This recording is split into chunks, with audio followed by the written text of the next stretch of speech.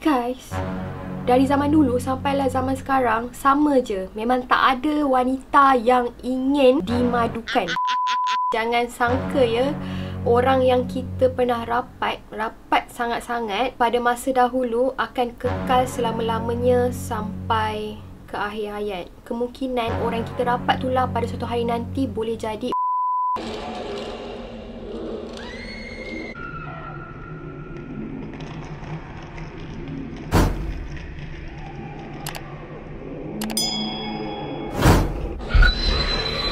Hai, Assalamualaikum. Okay, so macam biasa, kepada sesiapa yang baru sahaja datang ke channel I, and bagi sesiapa yang suka dengan cerita-cerita sejarah ke, mitologi ke, legenda ke, atau apa-apa yang berkaitan dengan facts atau fakta, anda semua boleh tekan butang subscribe sekarang, and boleh tekan butang, ada butang loceng kat situ. So every time I upload video baru, anda semua akan terima notification. Dan jangan lupa tekan butang like untuk video ni. Okey, tanpa buang masa, I akan teruskan cerita. Jika Gunung Ledang sangat terkenal dengan cerita legenda Puteri Gunung Ledang, dekat negeri Sarawak rupa-rupanya ada juga ya cerita di mana gunung yang dikaitkan dengan legenda Puteri, iaitu Gunung Santubong. Gunung Santubong ni terletak di utara Bandar Kuching dan mempunyai ketinggian kira-kira dalam 810 meter sahaja. Dan dari segi sejarah pula, kawasan Santubong ni dipercayai pernah menjadi pusat komersial pentadbiran negeri Sarawak pada abad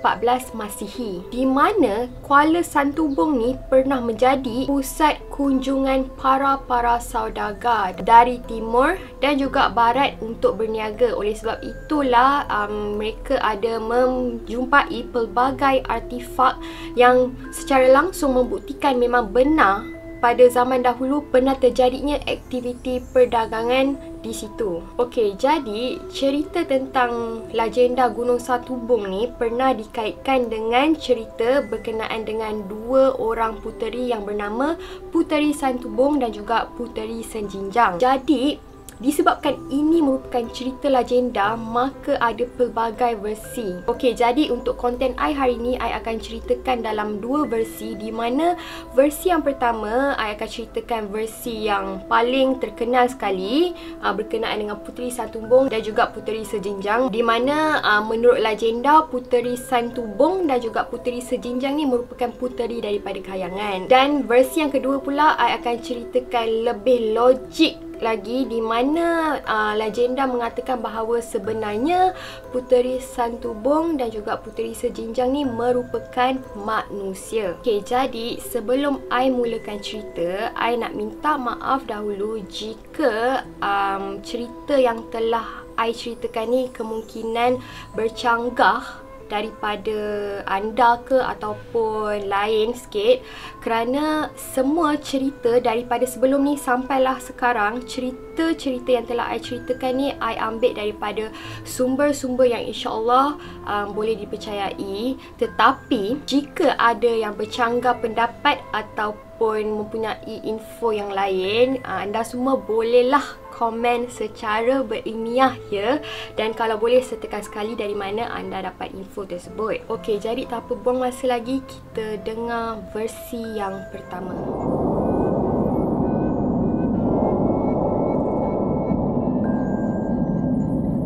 Okey, jadi pada zaman dahulu kala ada tinggal dua orang puteri kayangan, iaitu Puteri Santubong dan juga Puteri Senjinjang. Jadi dikatakan kedua-dua orang puteri ni mempunyai rupa paras yang sangat cantik dan juga sangat menawan, di mana sesiapa sahaja jika terlihat mereka akan terus terpikat dan juga jatuh cinta. Bukan sahaja mempunyai rupa paras yang sangat cantik, malah kedua-dua orang puteri ni mempunyai bakat yang tersendiri. Sebagai contoh, Puteri Santubong sangat pakar dalam menenun kain. Oleh sebab itu, beliau berjaya menghasilkan kain yang sangat cantik dan indah di kayangan. Manakala Puteri Sejinjang pula sangat pakar dalam mengasingkan sekam padi dengan menggunakan aluk. Aluk ni merupakan alat menumbuk padi. Okey, nak dijadikan cerita, keadaan di bumi pula ada dekat satu kawasan ni. Dekat kawasan ni ada dua buah kampung tau, di mana satu merupakan kampung pasir kuning, satu lagi merupakan kampung pasir putih. Jadi kampung pasir kuning dan kampung pasir putih ni selalu sangat bergaduh dan bertengkar tau.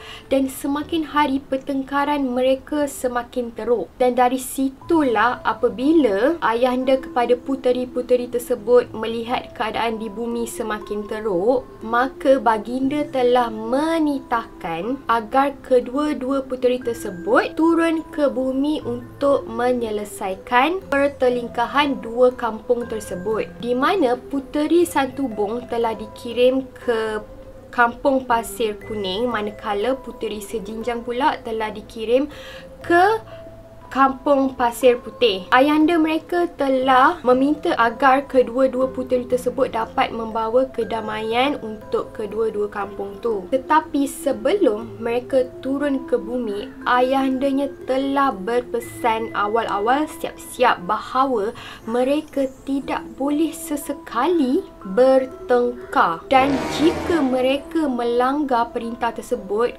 kedua-dua daripada mereka akan disumpah dan tidak boleh patah balik ke kayangan balik. Jadi ketika kedua-dua puteri tersebut turun ke bumi, penduduk kampung yang masa tu sedang bertengkar, sedang bergaduh macam biasa, sangat terkejut tau apabila mereka ternampak ada cahaya yang sangat terang menyusuri di kedua-dua buah kampung tersebut. Maka dari situlah mereka barulah sedar bahawa cahaya itu datang daripada kedua-dua orang puteri itu. Dan daripada situlah mereka sangat terkejut melihat keindahan dan kejelitaan Puteri Santubong dan juga Puteri Sejinjang. Jadi dengan kemahiran yang mereka ada, puteri-puteri ini telah membawa keamanan kepada kedua-dua buah kampung tersebut. Di mana selama ini pertelingkahan terjadi antara dua-dua buah kampung tersebut akibat sistem pertukaran barang antara kampung tu tidak setara tau. Macam ibarat sistem barter, tukar barang tu tak setara. Sebab itulah kedua-dua kampung tersebut sering kali bergaduh. Jadi dari sinilah kita tahu bahawa Puteri Santubong ni mengajar kampung yang dia jaga tu untuk menenun kain, manakala Puteri Sejinjang pula mengajar kampung yang dia jaga tu untuk menumbuk padi. Tetapi malangnya kemakmuran di kedua-dua buah kampung tu tidak kekal lama. Hal ini kerana menurut legenda, ramai tau sebenarnya jejaka yang datang untuk melamar kedua-dua puteri tersebut. Tetapi tak ada seorang pun yang dapat menarik perhatian puteri-puteri ini. Sampailah pada suatu hari apabila putera mahkota Serapi telah datang ke kedua-dua buah kampung tersebut untuk bertemu dengan puteri-puteri ini. Jadi kedua-dua puteri tersebut sangat kagum dan tertawan tau dengan kekacakan, ketampanan, kewibawaan putera Serapi ni. Malah kedua-dua puteri tersebut tidak bertepuk sebelah tangan, di mana putera Serapi ni juga sangat terpikat dengan kejelitaan dan juga bakat yang dimiliki oleh kedua-dua puteri ni. Okey, jadi dari start sinilah kedua-dua puteri ni cuba menarik perhatian putera Serapi ni dengan kecantikan dan juga bakat yang mereka ada. Tetapi pada akhirnya putera Serapi ni jatuh cinta dekat kedua-dua puteri ni, guys. Jadi disebabkan putera Serapi ni dah jatuh cinta dengan kedua-dua orang puteri ni, dia telah meminta izin untuk mengahwini kedua-dua puteri ni. Guys, dari zaman dulu sampailah zaman sekarang sama je. Memang tak ada wanita yang ingin dimadukan. Jadi hal ini juga turut terjadi dekat Puteri Santubong dan juga Puteri Sejinjang. Walaupun mereka berdua ni sangat rapat, mereka tak boleh terima, mereka tak boleh berkongsi kasih antara satu sama lain. Jadi sejak itulah kedua-dua orang puteri ni daripada berkawan baik, daripada sangat rapat, mereka jadi bergaduh dan bermusuhan hanya sebab seorang lelaki. Okey, jadi pertengkaran kedua-dua puteri ni daripada pertengkaran mulut sampailah ke pertengkaran secara fizikal. Dengan kesaktian yang mereka ada, mereka telah bergaduh berhari-hari tanpa henti. Dan menurut legenda dikatakan sepanjang mereka bergaduh tu memang ribut peti telah melanda kawasan kampung selama beberapa hari. Pergaduhan mereka ni sampailah ke puncak climax apabila puteri sejinjang ni telah mencapai aluk dia tu, kemudian dia telah hayun aluk dia tu ke pipi Santubong, di mana akibat itu puteri Santubong ni mengalami pendarahan yang amat teruk, di mana muka dia ni mengalami kecacatan kekal. Dan tak berhenti sampai situ sahaja, walaupun pada masa itu puteri Santubong ni dalam keadaan kesakitan dan juga terluka, dia membalas serangan puteri sejinjang ni apabila dia telah menggunakan belidaknya. Belidak dia ni adalah alat untuk dia menenun kain tu, dan dikatakan bahawa belidak ni sangat besar dan juga tajam tau. Dan dia telah memukul kepala sejinjang dengan menggunakan belidak dia. Habis pecah, bersepai menjadi berjuta serpihan kepala puteri sejinjang ni, di mana serpihan-serpihan kepala puteri sejinjang ni telah tersebar jatuh ke dalam laut, maka akhirnya telah menjadi Pulau Kera. Dalam pada mereka tak sedar, rupa-rupanya mereka lupa tentang syarat-syarat yang telah diberikan oleh ayandanya. Jadi ayandanya bila dapat tahu je tentang kes tu, ayanda sangat marah kerana mereka telah melanggar syarat-syarat yang telah diberikan. Maka oleh sebab itulah ayandanya telah menyumpah kedua-dua puteri tersebut, di mana puteri Santubong telah disumpah menjadi sebuah gunung, di mana sekarang dikenali sebagai Gunung Santubong. Dan puteri sejinjang pula dikatakan badan dia tu pun telah disumpah menjadi Gunung Sejinjang. Dan kalau anda semua tengok dekat gambar Gunung Santubong tu kan ada lekuk kan. Menurut sumber mereka telah mengatakan bahawa lekuk dekat Gunung Santubong tu hasil daripada luka muka di puteri Santubong yang telah dipukul oleh puteri sejinjang tu, di mana sampai sekarang lekuk itu boleh dilihat. Dan ada juga sumber mengatakan bahawa puteri sejinjang ni hanya menjadi bukit setelah kepalanya dihamburkan oleh belidak. Dan manakala putera Serapi pula, akibat dia sangat sedih kerana kedua-dua orang puteri yang dia sangat cintai itu telah meninggal dunia, maka dia telah menghilangkan diri di sebuah gunung yang di mana sekarang dikenali sebagai Gunung Serapi.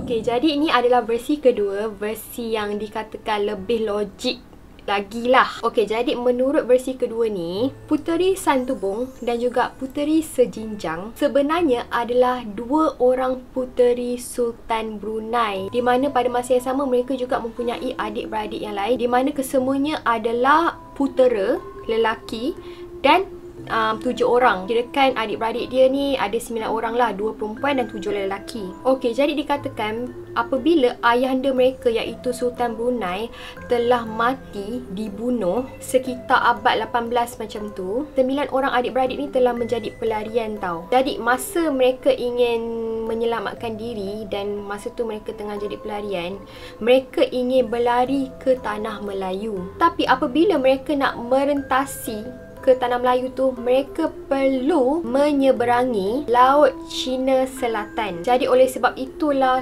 ke-7 orang adik-beradik mereka yang putera tu telah sepakat untuk meninggalkan kedua-dua orang adik-beradik mereka yang perempuan ni, iaitu puteri Santubong dan juga puteri sejinjang, di satu kawasan dekat dengan Kuching, Sarawak, iaitu kawasan yang berdekatan dengan Gunung Santubong. Okey, jadi orang-orang Sarawak pada masa itu yang selalu ke kawasan gunung tu berasa hairan tau apabila secara tiba-tiba pada suatu hari mereka ternampak ada 2 orang wanita yang sangat cantik tiba-tiba wujud muncul dekat kawasan berhampiran gunung tu. Dan disebabkan kedua-dua orang puteri ni, bagi mereka tiba-tiba muncul dan disebabkan rupa paras mereka yang sangat cantik tu, maka orang-orang Sarawak di situ menganggap bahawa kedua-dua puteri ini telah turun daripada kayangan. Dan pada masa yang sama, mereka juga merupakan penjaga Gunung Sarawak. Okey, jadi pada awalnya kedua-dua orang puteri ni hidup aman damai lah dekat kawasan Santubong tu.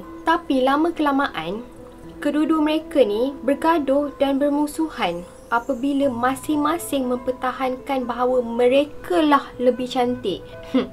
Perempuan kan memang dari dulu sampailah sekarang memang sentiasa berlumba-lumba nak jadi cantik kan. Sama lah macam kes ni, tapi ni kes teruk lah sampai adik-beradik pun bergaduh. Jadi akibat pertengkaran mereka semakin hari semakin teruk, maka salah seorang daripada mereka telah berpindah ke bukit lain yang diberi nama sebagai bukit ataupun gunung sejinjang. Dan perbalahan mereka tak terhenti sampai situ, masih lagi diteruskan sampaikan pada satu hari perbalahan mereka ni telah membawa kepada kematian, di mana kedua-dua mereka ni saling berbunuhan antara satu sama lain. Maka oleh sebab itu lahirlah legenda tentang Puteri Santubong dan juga Puteri Sejinjang, di mana kita dapat dengar kisah ini sampai hari ini. Okey, jadi dah habis. Pengajaran yang boleh kita dapat daripada cerita ni adalah jangan sangka ya, orang yang kita pernah rapat sangat-sangat pada masa dahulu akan kekal selama-lamanya sampai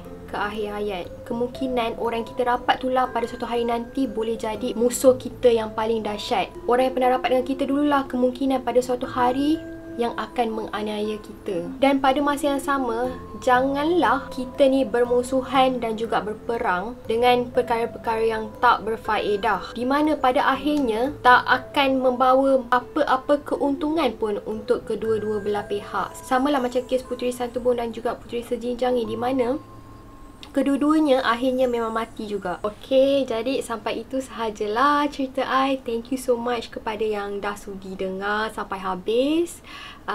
Jangan lupa, see you again.